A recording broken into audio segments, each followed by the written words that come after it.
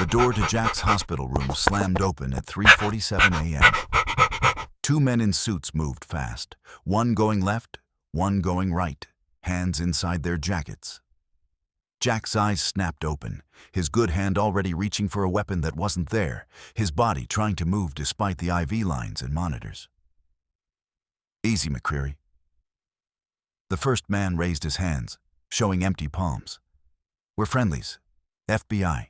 Special Agent Chen. This is Agent Rodriguez." Jack's pulse hammered. His ribs screamed from the sudden movement. "Middle of the night entry. Real friendly." "We've got a problem." Chen was Asian American, early 30s, with the kind of tired eyes that came from too many cases and not enough sleep. Shanice Patterson and her kids were moved to a safe house yesterday. 2 hours ago, the safe house went dark. No communication, no check-ins. We sent a team. They found 2 dead marshals and an empty house. The words hit Jack like ice water. They took them? We don't know. There's no sign of struggle beyond the marshals. No blood except theirs. The family just vanished. Jack was already pulling at his IV lines. "How long? What are you doing?" Rodriguez moved toward the bed. He was Latino, built like a boxer, with a scar bisecting his left eyebrow. "Getting dressed? Finding them?" Jack yanked the heart monitor leads off his chest. Alarms started screaming. "You're in no condition. I don't care." Jack swung his legs over the side of the bed. His left knee buckled, but he caught himself on the bed rail. "Those kids trusted me. I told them they'd be safe." Chen and Rodriguez exchanged looks. Then Chen nodded. "Get him something to wear and find his dog." 15 minutes later, Jack was dressed in borrowed clothes that didn't fit right and limping through the hospital corridors with Zeus at his side. The dog had gone crazy when he saw Jack, tail wagging so hard his whole body shook. Now he walked pressed against Jack's good leg, providing support. Chen led them to an SUV in the loading zone. Jack climbed in back, every movement sending fresh pain through broken places. Rodriguez drove. Chen twisted in the passenger seat to face Jack. "Here's what we know.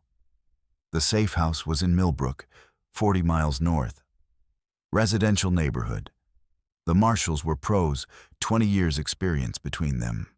Someone got inside, killed them both with suppressed weapons, and extracted the family without alerting neighbors."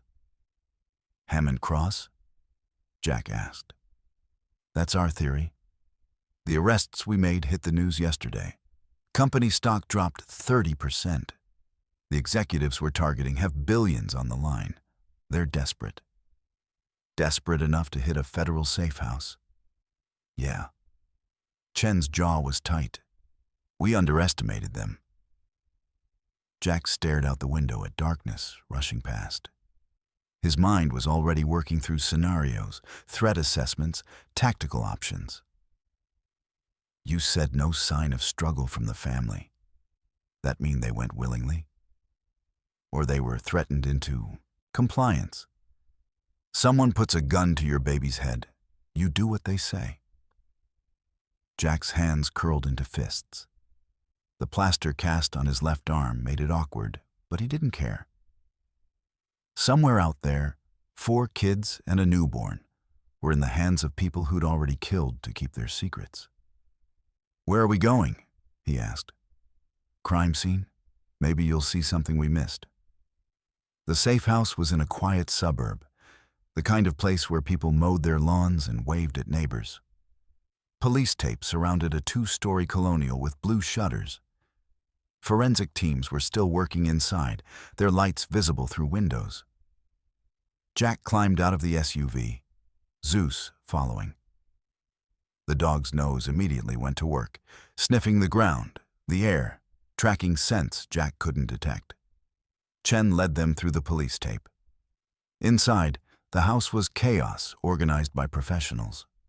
Blood pooled in the kitchen where one marshal had died. More blood in the hallway upstairs where they'd found the second body. Both killed execution style, Chen said. 2 shots each. Close range. Suppressed 9mm probably.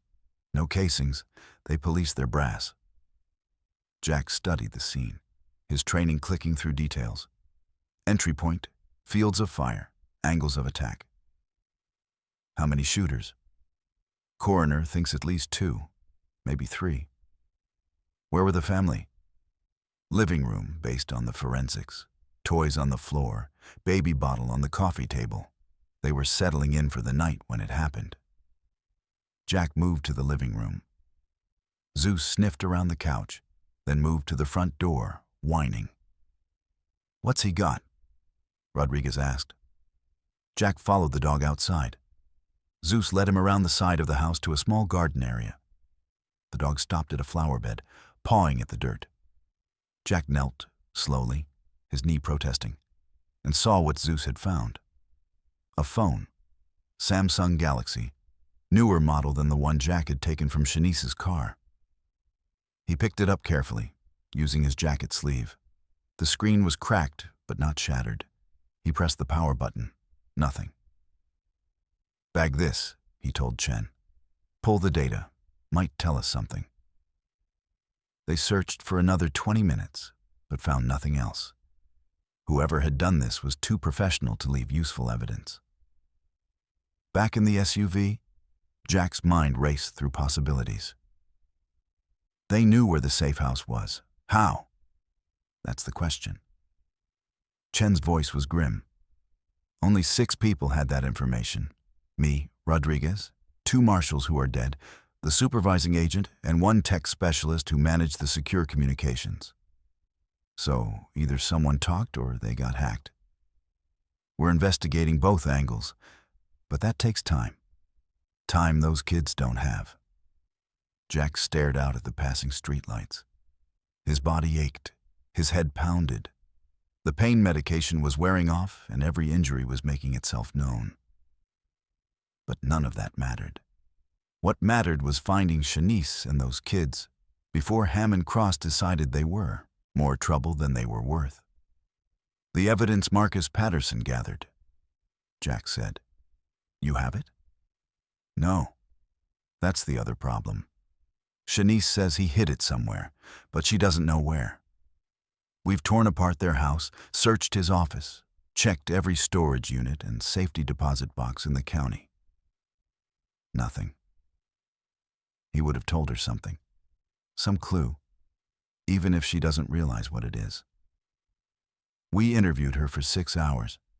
She swears he never said anything specific, just that he'd hidden it somewhere safe. Somewhere only she could find it if something happened to him. Jack's mind caught on that phrasing. Only she could find it.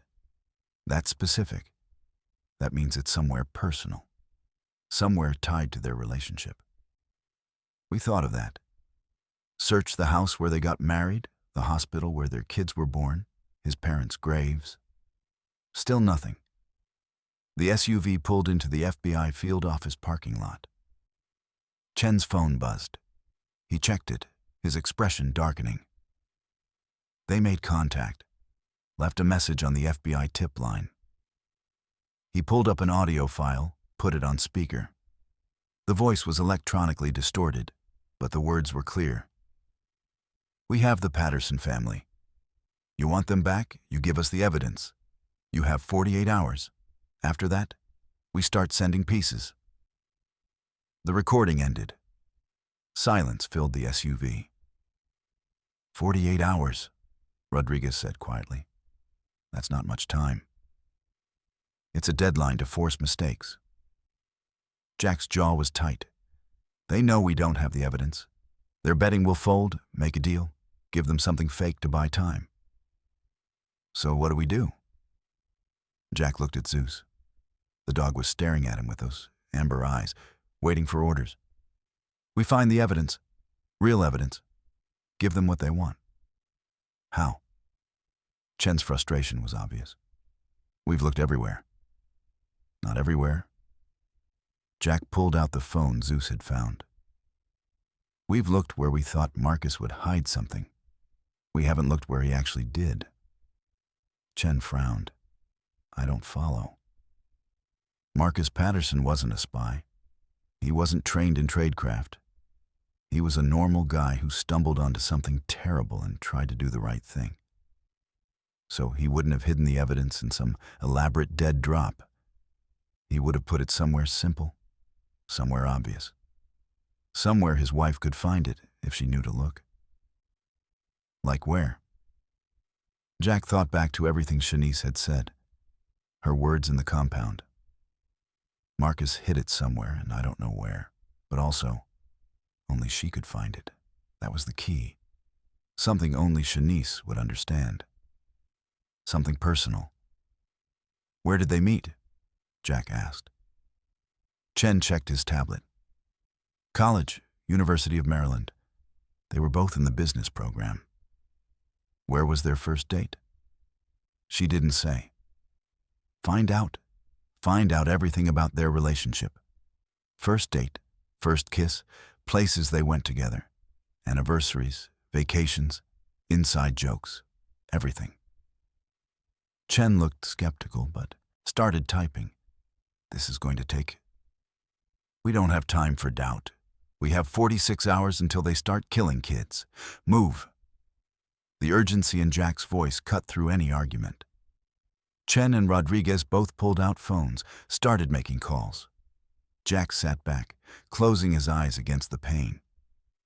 His body was screaming at him to rest, to stop, to let someone else handle this. But he couldn't. Those kids had looked at him with trust in their eyes. Destiny had asked him not to die. He'd promised to keep them safe. Promises meant something, especially to kids who'd already lost so much. Zeus whined and pressed his head against Jack's leg. The dog knew. He always knew when Jack was hurting. "I'm okay, boy." Jack's hand found Zeus's head, scratched behind his ears. "We're going to find them." He just hoped he was right. Because if he was wrong, if the evidence was somewhere they'd never think to look, then 4 kids and their mother were going to die. And this time, Jack wouldn't be there to save them. Chen hung up his phone. "Got something. Shanice's sister says their first date was at a bookstore, the Book Nook in College Park. They used to go there every anniversary." "Is it still open?" "Closed 6 months ago. Building's been sold, but nothing's moved in yet." Jack opened his eyes. "That's it. That's where he hid it." "How do you know?" "I don't. But it fits. Personal location tied to their relationship. Somewhere Shanice would think to check if she knew to look." Jack pushed himself upright. "We need to go there. Now." Rodriguez checked his watch. "It's 4:30 in the morning. Place is locked up." "Then we break in. Clock's ticking." Chen hesitated, then nodded. "Let's move." 20 minutes later, they pulled up outside a dark storefront in a strip mall. The Book Nook's faded sign still hung above the door, but the windows were papered over and a for lease sign was zip-tied to the security grating. Jack climbed out, Zeus at his heels. The cold air bit through his borrowed clothes. His breath fogged in front of his face. Rodriguez approached the door, tried the handle. Locked. He pulled out a lockpick set. "You any good with that?" Jack asked. "Best in my class at Quantico." 2 minutes later, the lock clicked. The security grate was old, rusted at the bottom. Rodriguez wedged a crowbar underneath and levered it up enough to slip through. Inside, the bookstore was a tomb. Dusty shelves lined the walls, most empty. The smell of old paper and mildew hung in the air. Their flashlights cut through darkness, creating long shadows. "Spread out," Chen ordered. "Look for anything unusual. Loose floorboards, wall panels, hiding spots." They searched in silence, broken only by footsteps and the creak of old wood. Jack moved slowly, his knee barely supporting his weight. Zeus ranged ahead, nose to the ground. After 10 minutes, Rodriguez called out, "Got something?" They converged on him in the back corner. He was pointing at a section of wall, behind where a bookshelf used to stand. The paint was slightly different, newer, cleaner. Chen knocked on the drywall. It sounded hollow. "There's a space behind here." Rodriguez pulled out a utility knife and cut a square in the drywall. Behind it was a gap in the studs, and in that gap was a waterproof bag. Chen pulled it out carefully, set it on the floor, and opened it. Inside were 3 things: a thumb drive, a leather-bound journal, and a letter addressed to Shanice. Chen held up the thumb drive. "This is it. This is what Marcus found." Jack felt something tight in his chest loosen. They had it. They had the evidence. Now they just had to trade it for a family's life. "We need to make contact," Jack said. "Tell them we have what they want." Chen was already on his phone. "I'm calling the tech team. They need to copy this drive, verify what's on it before we hand it over." "We don't have time for verification. We need to move now. We need to know what we're trading. If this isn't what they want, it's what they want. Trust me." Chen looked like he wanted to argue but didn't. He made the call. While they waited for the tech team, Jack picked up the letter. The envelope wasn't sealed. He pulled out a single page covered in handwriting. "My dearest Shanice, if you're reading this, then I'm gone, and you found this hiding spot. I know you're scared. I know you want to run, but you can't. The people I'm exposing will come after you and the kids if they think you know anything. This thumb drive contains everything: financial records, communications, shipping manifests. Enough to put them away forever. But it's also enough to get you killed. Take this to the FBI. Give them everything. Testify if they ask. Do whatever it takes to make sure these people pay for what they've done. I'm sorry I couldn't be there to protect you. I'm sorry I brought this into our lives. But I couldn't stay silent. Not when I knew what they were doing. You're the strongest person I know. You'll get through this. You'll keep our babies safe. I love you. Forever." Marcus Jack folded the letter carefully and put it back in the envelope. His throat was tight. Marcus Patterson had known he was going to die. Had known and left this message for his wife anyway. Some fights were worth the cost. The tech team arrived 15 minutes later. They copied the thumb drive, loaded it onto a laptop, and started reviewing files. "Jesus," one of them breathed. This is everything. Names, dates, amounts. Wire transfer records showing payments to offshore accounts. Shipping records showing weapons going to Syria, Yemen, Afghanistan. This is going to bring down half the executive team at Hammond Cross. "And a few people in the DoD," the other tech added. "There are emails here from government officials approving shipments they knew were going to terror groups." Chen's expression was grim. "Copy everything. Make backups. Get it to the SAC immediately." He turned to Jack. "You were right. This is what they're after. Now we need to set up the exchange. They gave us 48 hours. We need to contact them before they hurt someone." "Agreed." Chen pulled out his phone. "I'll have our negotiators reach out through the tip line they called from." "No." Jack's voice cut through. "I make contact. Me personally. You're not FBI. You're not trained for this. I'm the one who saved those kids the first time. I'm the one they know. Shanice trusts me. The kids trust me. That trust is worth more than training." Chen started to argue, then stopped. He looked at Rodriguez, who shrugged. He's got a point. Families respond better to familiar faces. Chen handed Jack his phone. Fine, but you follow our script. No improvising. No promises. Jack took the phone and dialed the number from the tip line recording. It rang 3 times, then clicked. Who is this? The same electronically distorted voice. Jack McCreary, former Navy SEAL, the guy who pulled the Patterson family out of your compound. Silence. Then, you should be dead. Should be, not am. Funny how that works. Jack kept his voice calm, controlled. I'm calling because we have what you want. The evidence Marcus Patterson gathered. All of it. Prove it. Jack described the contents of the thumb drive in detail, enough to convince them he wasn't bluffing, but not enough to give away everything. Another pause. If you're lying, I'm not. You want this evidence. You get the Patterson family ready to trade. All of them, alive and unhurt. You deliver them, we deliver the drive.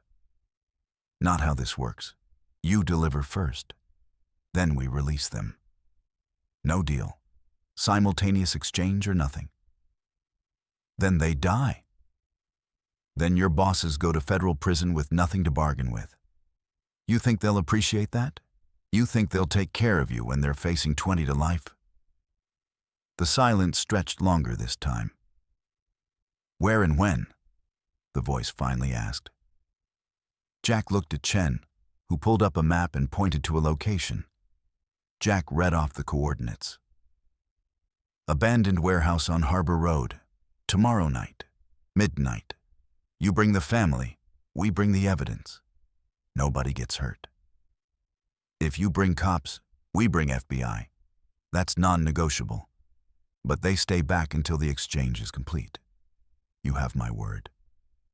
Your word. The voice managed to convey sarcasm despite the electronic distortion. Why should I trust that?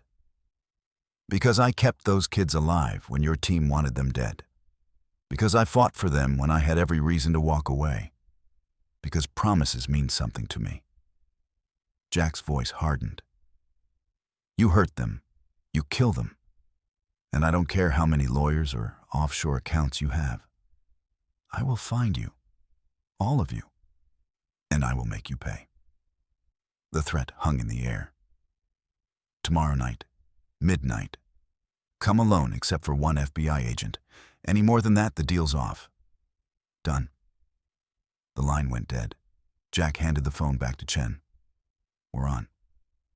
That was, risky. Threatening them like that. Wasn't a threat. Just a fact. Chen studied Jack for a long moment.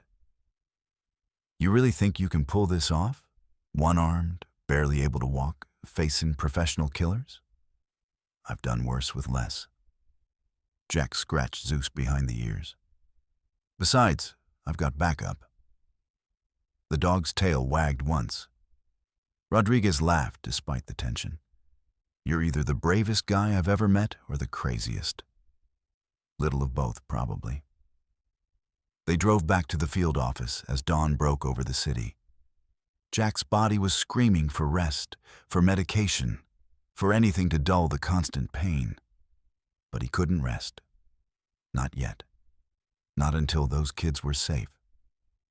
Chen set him up in a conference room with coffee and sandwiches. Zeus got a bowl of water and some kibble that Rodriguez scrounged from somewhere. Get some sleep, Chen ordered. You've got 16 hours until the exchange. You need to be sharp. Jack wanted to argue, but his body overruled him. The moment he sat down in a chair, exhaustion hit like a hammer. His eyes closed. Sleep dragged him under. And in his dreams, he heard children screaming. Would you risk everything to save someone you barely know? The warehouse smelled like rust and rat droppings. Jack stood in the center of the empty space, Zeus at his side, his good hand resting on the dog's head. His left arm was strapped tight to his chest, the plaster cast hidden under a tactical vest Chen had insisted he wear. His knee was wrapped and braced. He'd refused painkillers. He needed to be sharp, not numb. Outside, FBI teams were positioned at every exit. Snipers on nearby roofs. Chen and Rodriguez in a command van 2 blocks away, listening through the wire Jack wore under his clothes. The plan was simple. Wait for the kidnappers to arrive. Verify the Patterson family was alive and unhurt. Make the exchange, and let the FBI teams move in for arrests. Simple plans never survived contact with reality. Jack checked his watch. 11:58 p.m. 2 minutes. Zeus growled low, his ears pricked forward. He'd heard something Jack's damaged hearing had missed. Then Jack heard it too. Vehicles approaching, multiple engines. Headlights speared through the warehouse's broken windows. 2 black SUVs pulled up outside, idling. Doors opened. Figures emerged. Too dark to count, too distant to identify. A voice called out, amplified by a bullhorn. "McCreary, show yourself." Jack limped toward the entrance, Zeus matching his pace. His heart hammered, but his breathing stayed controlled. Combat breathing. In for 4, hold for 4, out for 4. The rhythm his instructors had drilled into him until it was automatic. He stopped 15 feet from the door, silhouetted in his own flashlight beam so they could see him clearly. "I'm here. Where's the family?" Movement. The SUV's rear door opened. Shanice climbed out first, her hands zip-tied in front of her. The baby was strapped to her chest in a carrier. Behind her came Destiny, then Jeremiah, then Amber, then Keisha, all bound, all terrified. But alive. All alive. Jack's chest loosened slightly. A man stepped into view, not the scarred man from before, someone new.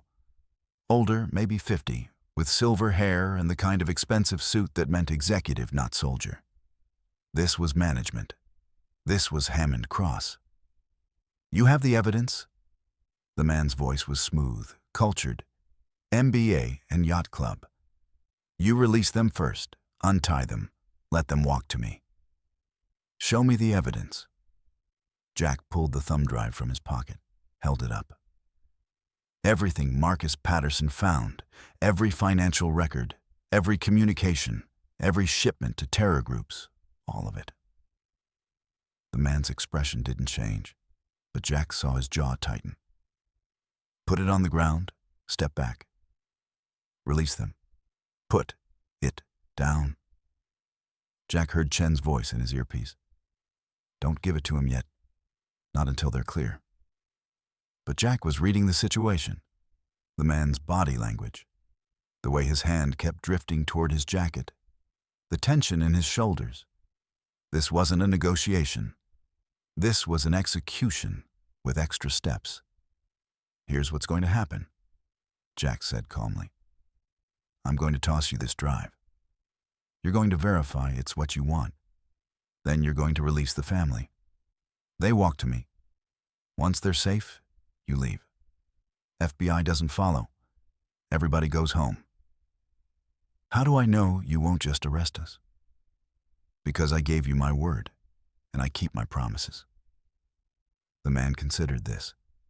Then he nodded to someone Jack couldn't see. Another figure emerged from behind the SUV. Female, mid-30s, holding a laptop. "Toss the drive," the man ordered. Jack threw it. The device landed halfway between them.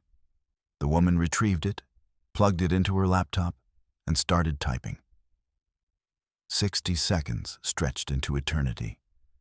Jack's weight was balanced on his good leg, ready to move, despite knowing he couldn't move fast. Zeus was coiled tight, waiting for the command to attack. Finally, the woman nodded. "It's authentic. Everything's here." The man's expression shifted.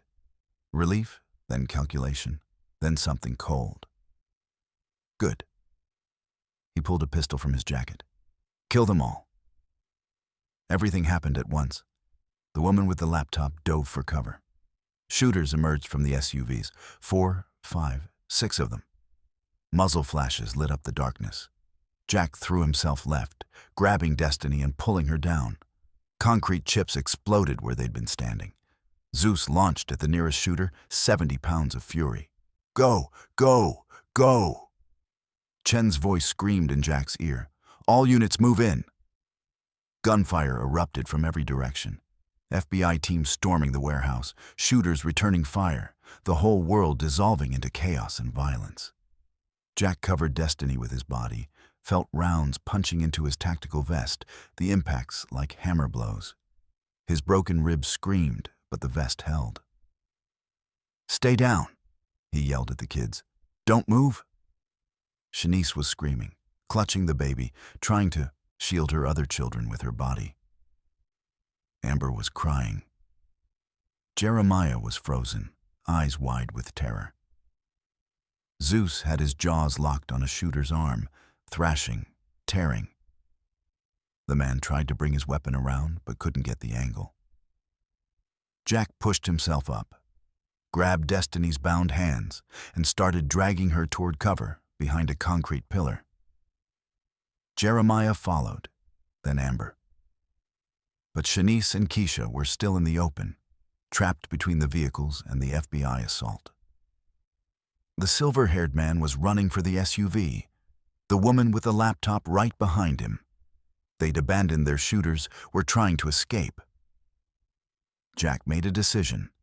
He pulled his sidearm.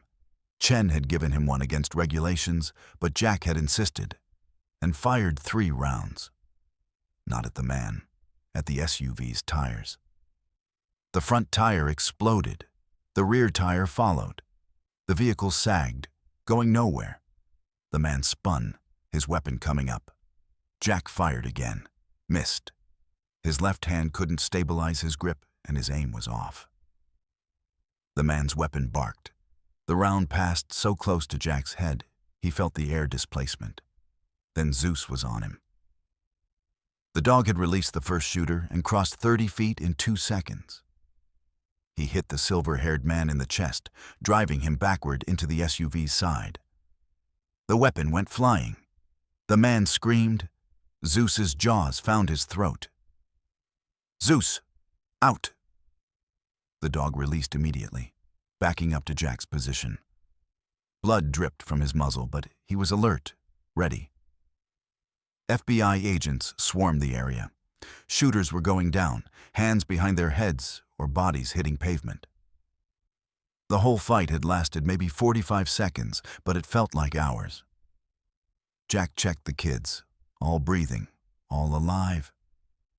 Destiny was crying, but unhurt. Jeremiah was talking to his sisters, trying to keep them calm. Shanice stumbled toward them, the baby wailing in her arms. She collapsed next to her children, pulling them close, sobbing. "You're okay," Jack told her. "You're all okay. It's over." But it wasn't over. Jack's eyes found the woman with the laptop. She was running, heading for the back exit. The thumb drive was still in her hand. "Chen, back exit. She's got the evidence." Jack pushed himself upright and ran. His knee screamed. His ribs ground against each other. His left arm was useless. But he ran anyway because that evidence was the only thing keeping Hammond Cross executives in prison. Without it, they'd walk. They'd lawyer up and claim innocence, and maybe Shanice's testimony would be enough, but probably not. Jack couldn't let that happen. Zeus was ahead of him, closing the distance. The woman heard the dog's paws on concrete and looked back. Her eyes went wide. She threw the laptop at Zeus. It hit him in the head, made him stumble. Then she was through the exit and into the alley beyond. Jack hit the door 3 seconds later, burst into the alley. The woman was 20 feet ahead, running hard. Good runner, athletic. Jack wasn't going to catch her. His body was done. His leg was giving out. "Zeus, take her." The dog launched like a missile. He covered the distance in seconds, leaped, and hit the woman in the back. They went down together in a tangle of limbs. The laptop went skittering across the alley. The thumb drive popped out, landed in a puddle.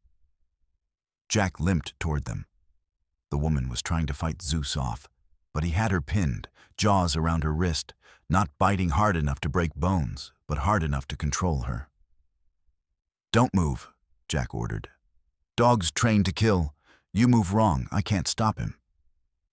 She went still, breathing hard, eyes wild. Jack retrieved the thumb drive from the puddle.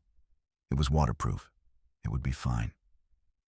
FBI agents poured into the alley. Rodriguez reached Jack first, his weapon trained on the woman. "I've got her. Stand down." Jack called Zeus off. The dog released and backed up to Jack's side, still alert. Rodriguez cuffed the woman and hauled her to her feet. "You're under arrest. You have the right to remain silent." Jack didn't hear the rest. The adrenaline was draining away, leaving only pain and exhaustion. His vision was starting to tunnel. Chen appeared, took Jack's arm. "Easy, I've got you." "The kids?" "Safe, all of them. EMTs are checking them now, but they look okay." "Shanice?" "Shaken up but unhurt. The baby's crying, which means she's healthy." Chen guided Jack back toward the warehouse. "You did it. You got them all back." Jack's legs finally gave out. He went down hard, Chen barely catching him before his head hit concrete. "Medic!" Chen was yelling. "I need a medic!" But Jack wasn't paying attention. His eyes had found Destiny through the warehouse entrance. She was standing with her siblings, wrapped in emergency blankets, watching him. When their eyes met, she smiled. Small, scared, but genuine. That smile was worth everything. Jack's vision went dark, not the bad kind of dark, just the exhausted kind, the kind that came after the mission was complete and you could finally let your guard down. He heard Zeus whining, felt the dog's tongue on his face. "I'm okay, boy," Jack whispered. "We did good." Then darkness took him, gentle and complete. What's the price of doing the right thing? Jack woke to sunlight streaming through hospital windows. Different room this time, private, nicer. Someone had pulled strings. Zeus was curled up on the floor beside the bed, head on his paws, watching. The moment Jack's eyes opened, the dog's tail started wagging. "Hey," Jack's voice was rough. "You okay?" Zeus stood, stretched, and put his head on the bed. Jack scratched behind his ears with his good hand. The door opened. Chen entered, carrying 2 cups of coffee. He handed one to Jack. "You're awake. Good. Thought you might sleep another week." "How long?" 36 hours. Your body finally said enough and shut down. Doctor says you'll live, but you need actual rest this time. Weeks, not days." Jack sipped the coffee. It was terrible, but warm. "The family?" "Released from the hospital yesterday. Shanice and the kids are in actual witness protection now. New names, new location, the works. They'll be safe." "The arrests?" 12 total, including the woman you stopped. She's talking, trying to cut a deal. Between her testimony, the thumb drive, and the recordings we made last night, we've got enough to put Hammond Cross executives away for decades. 3 government officials have already resigned. More arrests coming. Jack closed his eyes, let that sink in. It was over, really over. Marcus Patterson's sacrifice hadn't been for nothing. "The silver-haired man?" Jack asked. "He make it?" Chen's expression darkened. Dead. Zeus crushed his trachea. Died before the paramedics could save him. Jack should have felt something about that. Guilt, maybe. Regret. But all he felt was satisfied. The man had been trying to murder children. Zeus had stopped him. End of story. "There's going to be an investigation," Chen continued. "Use of deadly force, even by a dog, has to be reviewed. But given the circumstances, it'll probably be ruled justified." "Probably?" "It's government work. Nothing's certain." Chen pulled up a chair. You've got media requests, lots of them. Hero story angle. Navy SEAL saves family from corporate conspiracy. They want interviews, statements, the whole thing. Not interested. Figured you'd say that. We're keeping your name out of official reports where we can. But some stuff's going to leak. You should prepare for that. Jack nodded. Fame wasn't what he'd signed up for. He'd just done what needed doing. Shanice wants to see you, Chen said, before she goes into protection permanently. She asked if we could arrange it. When? Now, if you're up for it. She's downstairs with the kids. Jack was already pushing himself upright. His body protested, but less violently than before. The rest had helped. Chen helped him into a wheelchair. Jack's knee wasn't bearing weight yet, and pushed him to an elevator. Zeus trotted alongside. They rode down to the pediatric ward. At the end of a corridor, Shanice sat in a waiting area with all 5 kids. The baby was sleeping in her carrier. The others were coloring or playing with toys someone had donated. When they saw Jack, Destiny jumped up and ran over. Her siblings followed. "You're okay." She threw her arms around Jack's neck, careful of his injuries. "I'm okay. You?" "We're good. We get new names. Mom says we're going to live somewhere warm, with a beach." She pulled back, her eyes serious. "Are we really safe now?" "Yeah, you're really safe. Because of you. Because a lot of people did the right thing." Shanice approached, the baby carrier in her arms. Her face was still bruised but healing. "Mr. McCreary, I don't even know how to thank you." "You don't have to." "I do. You saved us. Twice. You almost died for us. For people you didn't even know." Her voice cracked. Marcus would have been so grateful. Jack looked at the kids clustered around his wheelchair. Destiny holding Jeremiah's hand, Amber leaning against her mother's leg, Keisha clutching a stuffed bear, the baby sleeping peacefully. "Your husband was a brave man," Jack said. "He saw something wrong and tried to fix it. Cost him his life, but he did it anyway. That kind of courage, it deserves to be honored. Making sure you and the kids survived, that was how I honored it." Shanice wiped her eyes. "They said we have to go soon. New identities mean cutting all ties. I won't be able to contact you. Won't be able to let you know how we're doing." "That's okay. Long as I know you're safe, that's enough." She pulled a folded paper from her pocket. "I wrote this for when the kids are older. So they'll remember what you did. So they'll know there are still good people in the world." She pressed the paper into Jack's hand. He unfolded it carefully. It was a letter, handwritten, addressed to our guardian angel. It described everything that had happened, from the blizzard to the compound to the final rescue. It described Jack's courage and sacrifice. It ended with, "We will never forget you, and we will try to live lives worthy of the second chance you gave us." Jack refolded it, his throat tight. "Thank you." The kids took turns hugging him, even little Amber, who barely reached his shoulder from the wheelchair. They said goodbye. Not the real kind, the temporary kind that hurt less. Then a pair of federal marshals appeared. Time to go. New lives waiting. Shanice kissed Jack's cheek. "Thank you. For everything." Then they were gone, walking down the corridor, turning a corner, disappearing into whatever future the government had arranged. Jack sat there for a long moment, Zeus pressed against his leg. Chen cleared his throat. "You did good, McCreary. Better than good." "Just did my job." "No. You went beyond your job. Beyond what anyone had a right to expect." Chen paused. "If you ever want to join the Bureau, I'd sponsor your application. We could use people like you." Appreciate it. But I think I'm done with operations for a while. Fair enough. They rode the elevator back to Jack's room in silence. Jack was exhausted again, the brief meeting with the family having drained what little energy he'd recovered.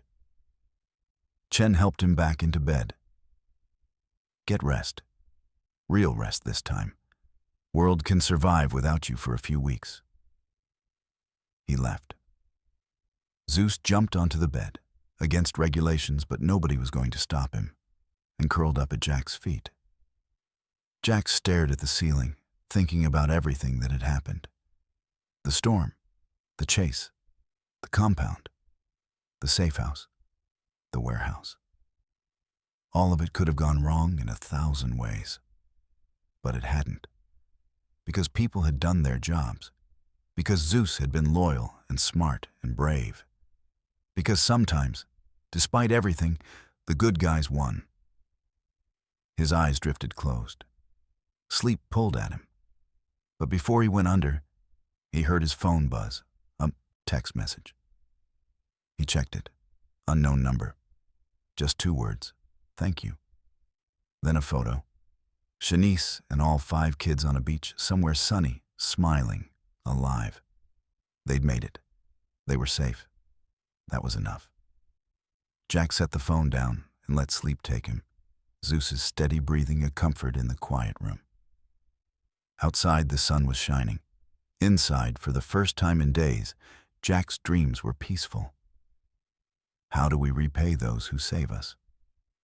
6 weeks later, Jack stood in the parking lot of a veterans center in Northern Virginia, leaning on a cane he didn't really need, but kept anyway, because it made people underestimate him. Zeus sat beside him, wearing a service dog vest, his eyes tracking every person who approached. Physical therapy had gotten Jack walking again without the limp. The broken arm had healed clean. The ribs were mostly pain-free. The knee would always be weak, but functional. He'd turned down the FBI's job offer, turned down the media interviews, turned down the book deals and movie rights and all the ways people wanted to monetize what had happened in that blizzard. Instead, he'd come here, to talk to other veterans, to share his story not for profit but for connection. Because the hardest part of coming home wasn't the injuries. It was the isolation. The feeling that nobody understood what you'd been through or why you couldn't just forget and move on. Jack understood, and he wanted other veterans to know they weren't alone. He walked inside, Zeus at his heel. The center was busy, guys playing pool, watching TV, talking in groups. Some of them looked up when Jack entered. A few nodded in recognition. Word had gotten around despite his efforts to stay quiet. Veterans talked. They shared stories. And the story of a former SEAL who'd saved a family in a blizzard had spread through the community. McCreary. A voice from across the room. Jack turned. A man approached. Late 20s, missing his left leg below the knee, walking on a prosthetic. Marine Corps tattoo on his forearm. Afghanistan veteran, probably, based on the ribbons Jack could see on his jacket. Yeah? Wanted to say thanks for what you did, for that family. Just did what anyone would do. Bullshit. Most people would have driven past. The man stuck out his hand. I'm Deshawn. Read about what happened.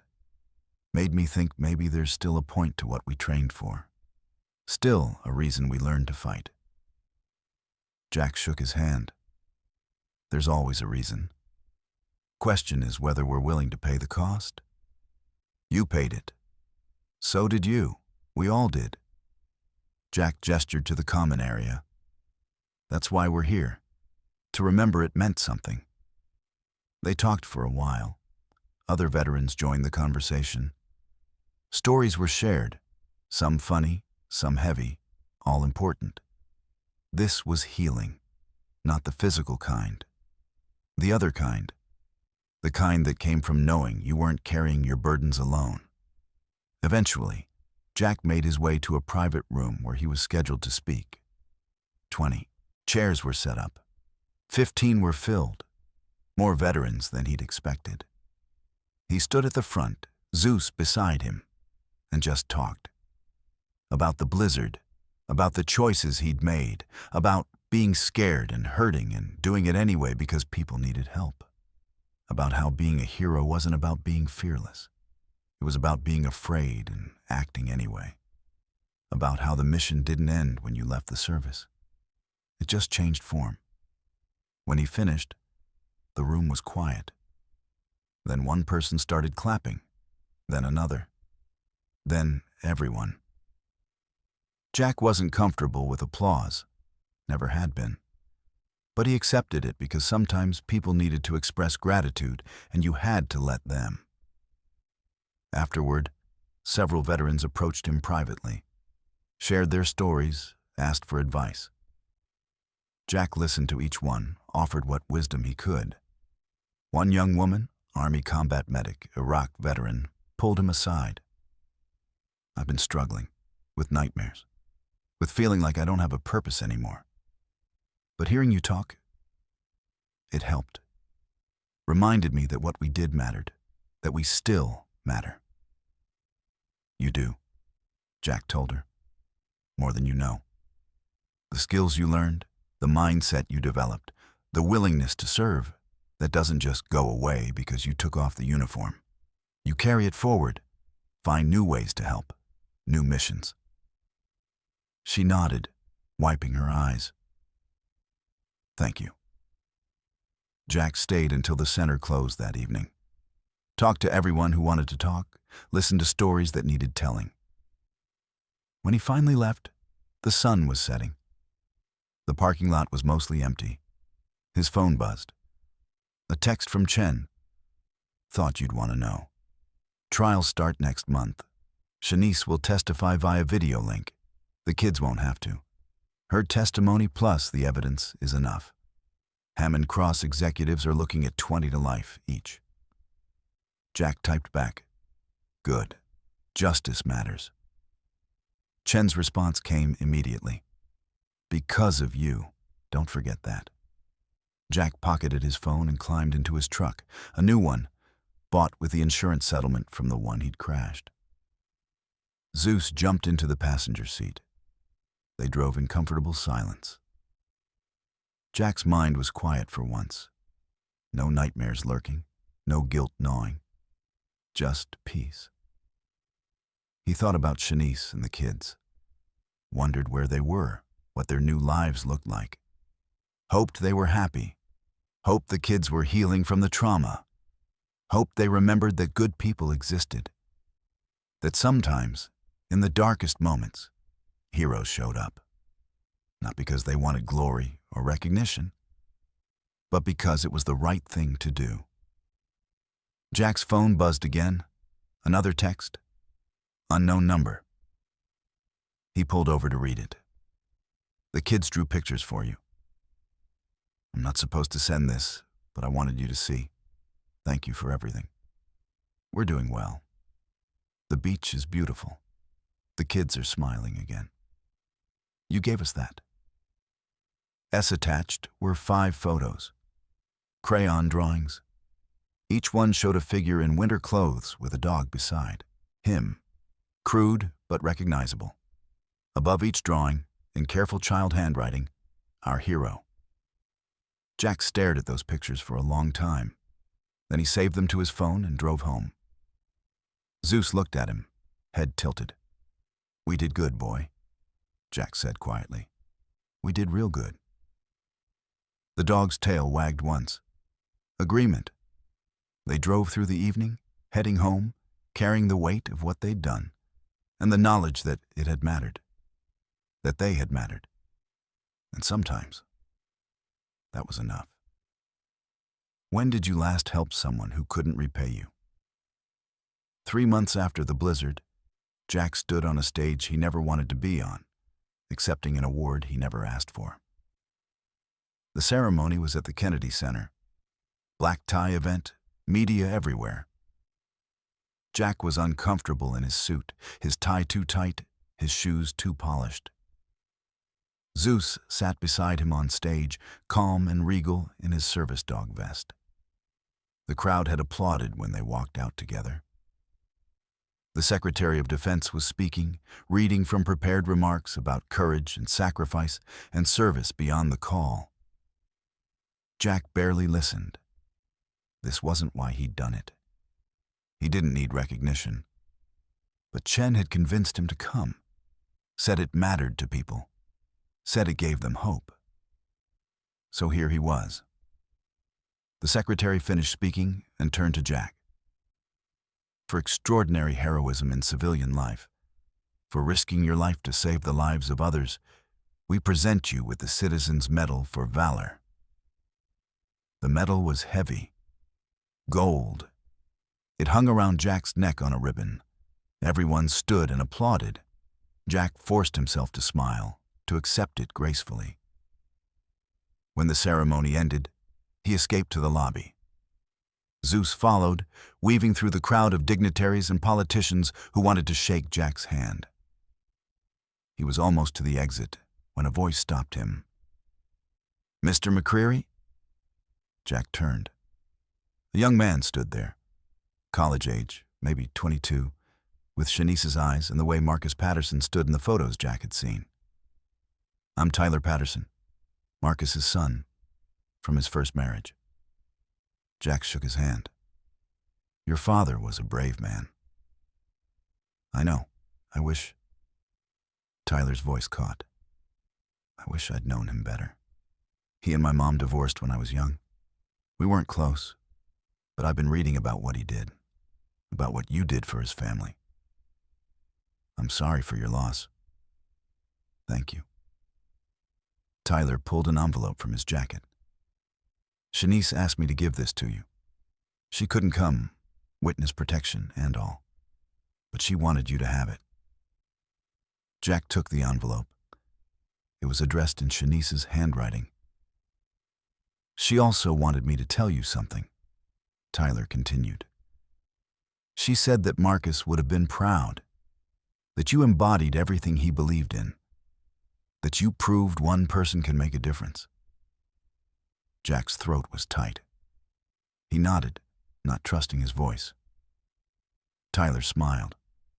"Thank you for giving them a second chance, for making sure my little brothers and sisters got to grow up." He left.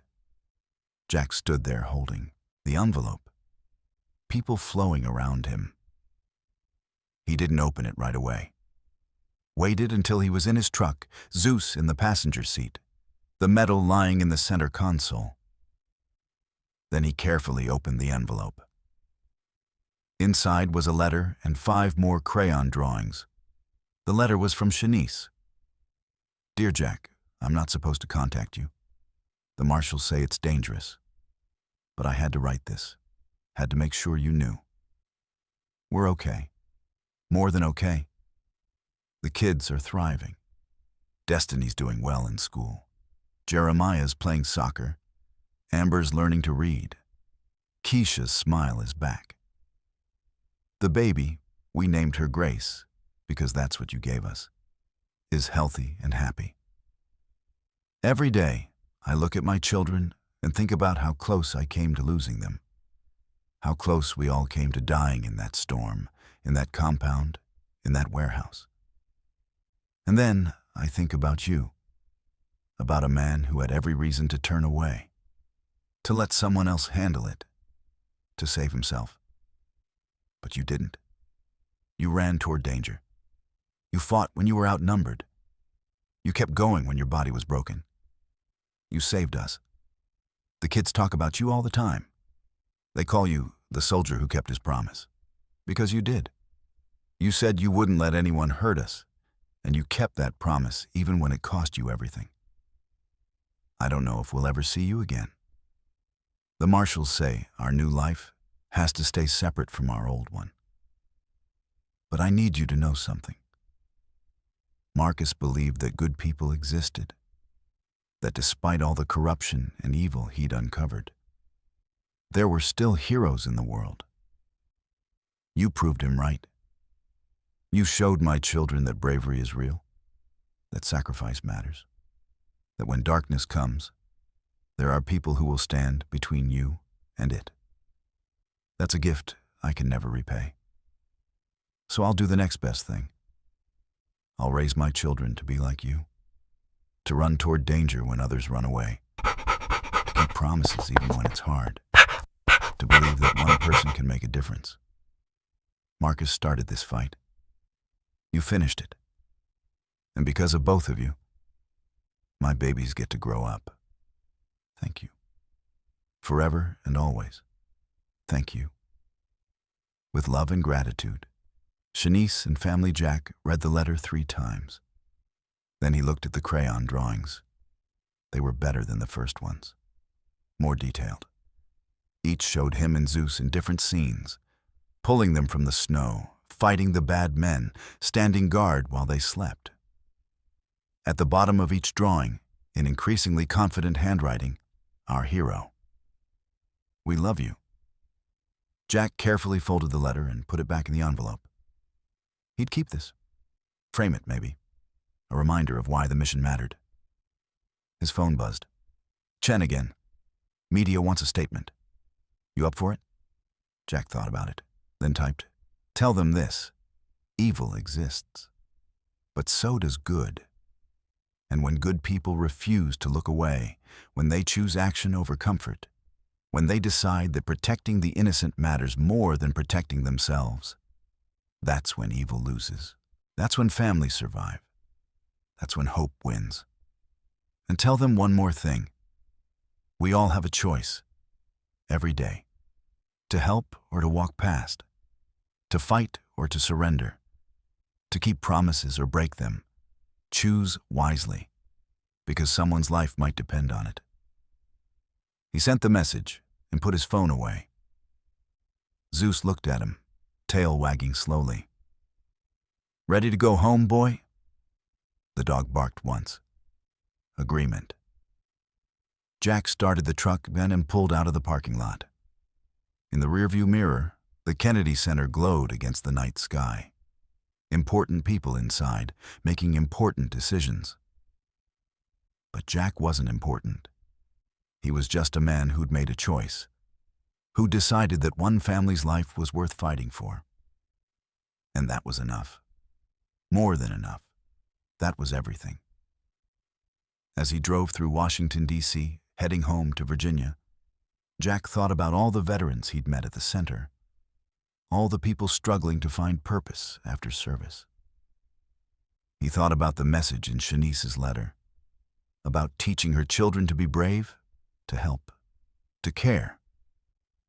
He thought about Marcus Patterson, who died trying to expose corruption, about 2 federal marshals who died protecting a family, about every person who'd chosen to stand up when they could have stayed silent.